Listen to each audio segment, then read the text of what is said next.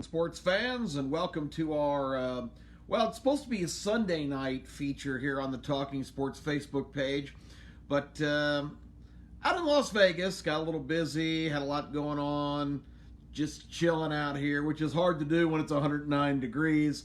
But a day late, but not a dollar short.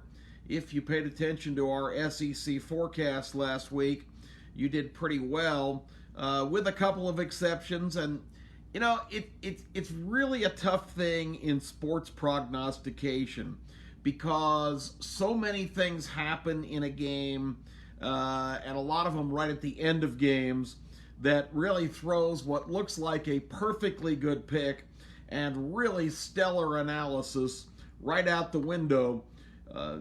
For example, I liked both the points in the Alabama and Auburn games. Apologize for the little bit shaky screen here, but we don't have a great production situation, so I'm doing the best I can. In Alabama's case, of course, Duke hung in there pretty well in the first half. It was only 14-3 at the half, getting 35.5 points. The game was 35-3 late. Alabama hands off to the young freshman Ford, who had fumbled early in the game. Duke got no points out of that turnover inside the Bama 20, and that really kind of set the tone for what you felt like if you had Duke plus 35.5, imminent defeat, because it did come back to haunt. Ford goes to the house with a 50-some-odd yard run. Alabama all of a sudden is up 42-3 with about 2 minutes left, when Nick Saban was perfectly content to just let things run out. So it's 42-3. Duke mounts a little bit of a drive, gets down around the 20-yard line, and of course they fizz out and do not score any points. Alabama, with that late run by the freshman, covers the spread. The other heartbreaker, of course, was the Auburn game, and props to Bo Nix at Auburn for gutting out a great win, but it was a little bit of a aberration. Oregon led 21-3 going into the fourth quarter.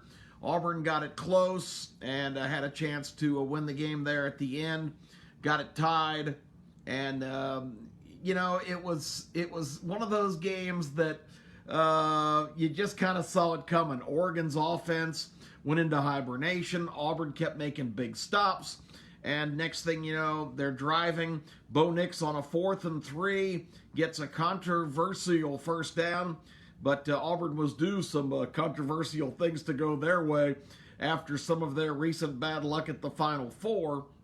But you could never have forecast, with them in field goal range, that Gus Malzahn was going to let a freshman quarterback cut the ball loose, throw it down the field, and risk an interception there, which, if Oregon picks off the pass that ends up being the winning touchdown for Auburn, and it worked out great. Bo Nix made the play. He cemented his legend.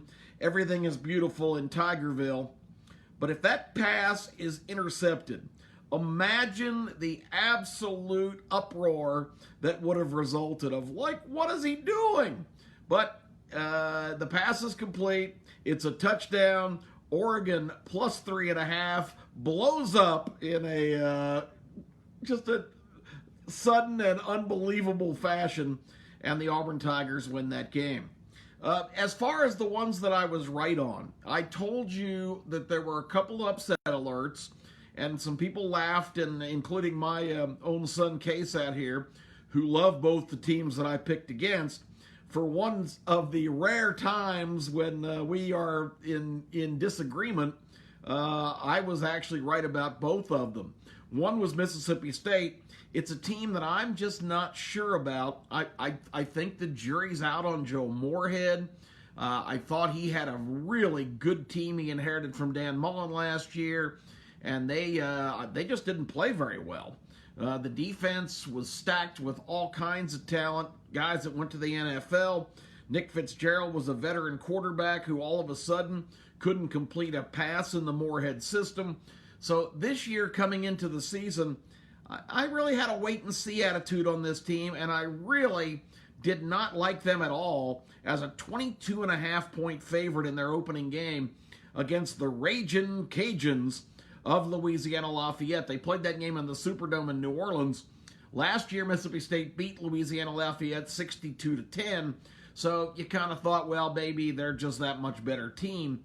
But going down there for an opener against a Louisiana-based team, 22.5, I just thought that was outrageous. I told you for the last couple of weeks that I liked the Louisiana Lafayette, and sure enough, Mississippi State had to fight and scrap to hold on and win that game 35-28. They did get the W, but they only won it by 7. I also was just absolutely flabbergasted that the Missouri Tigers, who are probably, well, they are the least favorite team of mine in the SEC. I don't believe they even belong in the conference. I thought it was a bad decision to add them. And they were going on the road to Laramie, Wyoming, of all places, to take on the Wyoming Cowboys, a team that finished up last year pretty well. Not a very talented outfit, but that's an interesting road trip from Columbia to Laramie, Wyoming. Columbia, Missouri is not exactly a transportation hub. I think part of that road trip had to be conducted by wagon train over the Chisholm Trail. But finally, I guess Mizzou did get to Wyoming, but they didn't play like they got there. They were a 17.5-point favorite. They lost the game outright. They lost, if you have not heard, 37-31. Wyoming knocks off 17.5-point favorite Missouri.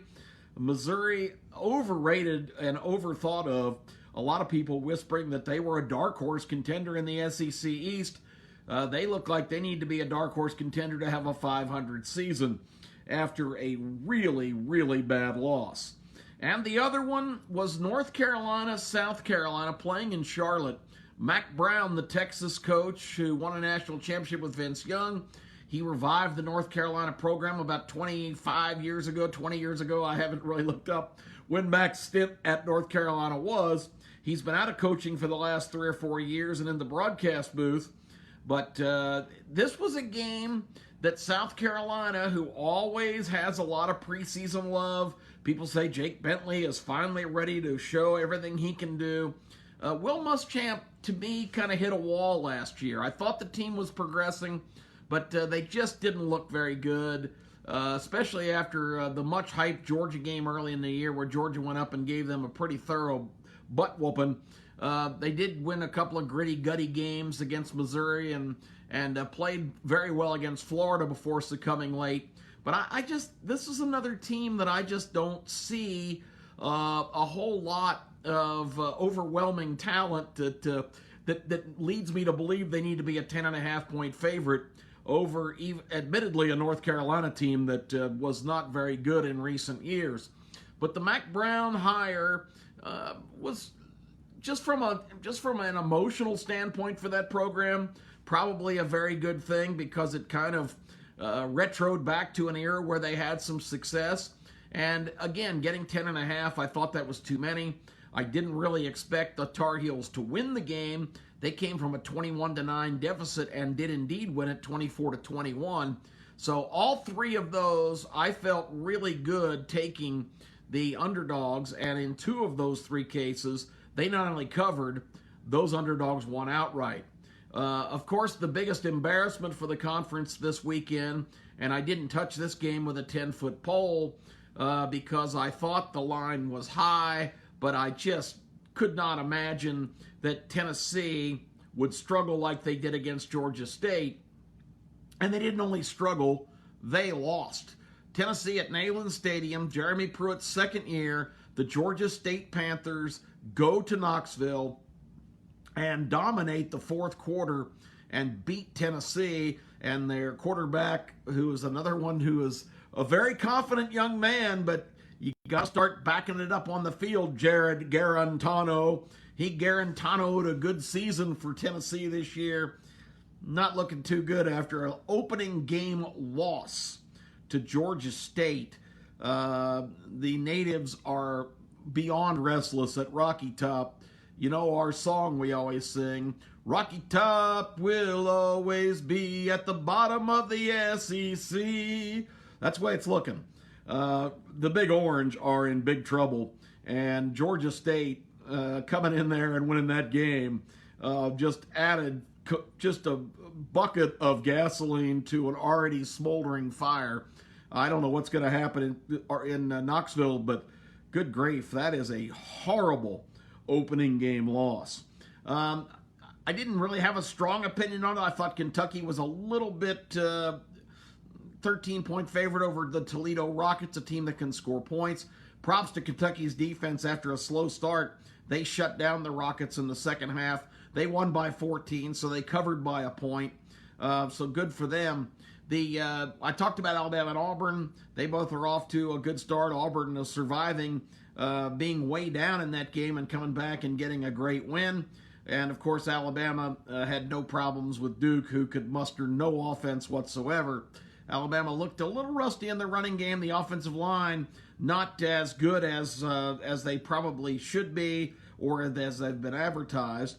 The other SEC super team, Georgia, the Bulldogs opening in Nashville, started off the game like a house of fire.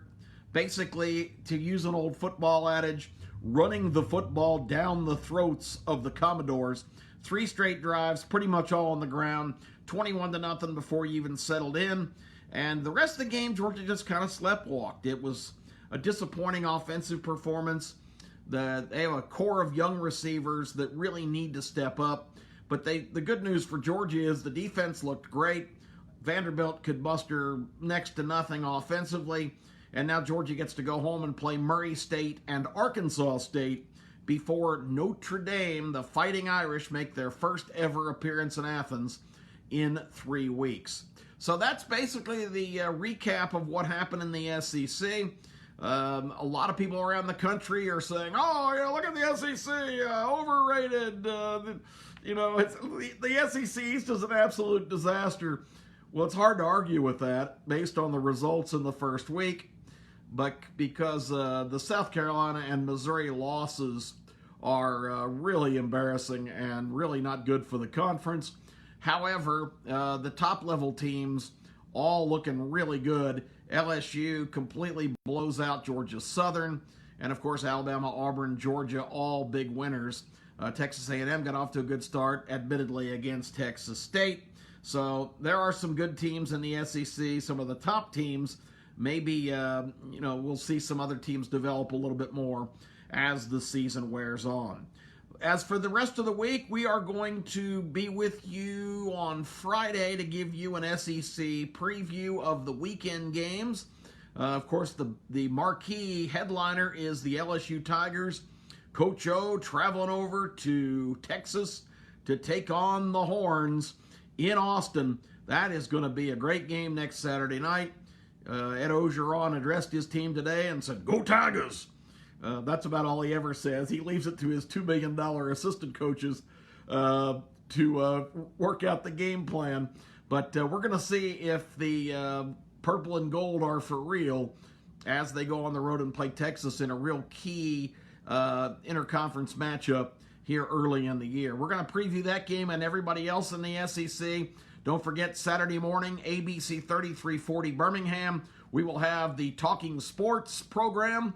Kip and the Legend will be bringing you a preview of everything going on around the country and particularly in the SEC. And check out our website. It's talkingsports.info. Talkingsports.info, our new website. We're going to have an app developed here in another week or so where you can put it on the phone and you can just press the button and instantly be connected. We've also got at Talking Sports 14 on Twitter if you want to get on board there. And of course, if you're watching this, you know about the Facebook page for Talking Sports right here on Facebook. Thanks, everybody. I'm heading home from Las Vegas tomorrow and resuming operations at the World Control Center in Birmingham. Have had a great time out here this weekend watching lots of football and having some great meals and some great times with my fantastic son, Clay. And I even got to see my busy, big-time son from the Las Vegas Sun, although he's been in L.A., at Music Festival all weekend. But I've had a great time with both of them, and I'm looking forward, as always, to coming back here again soon.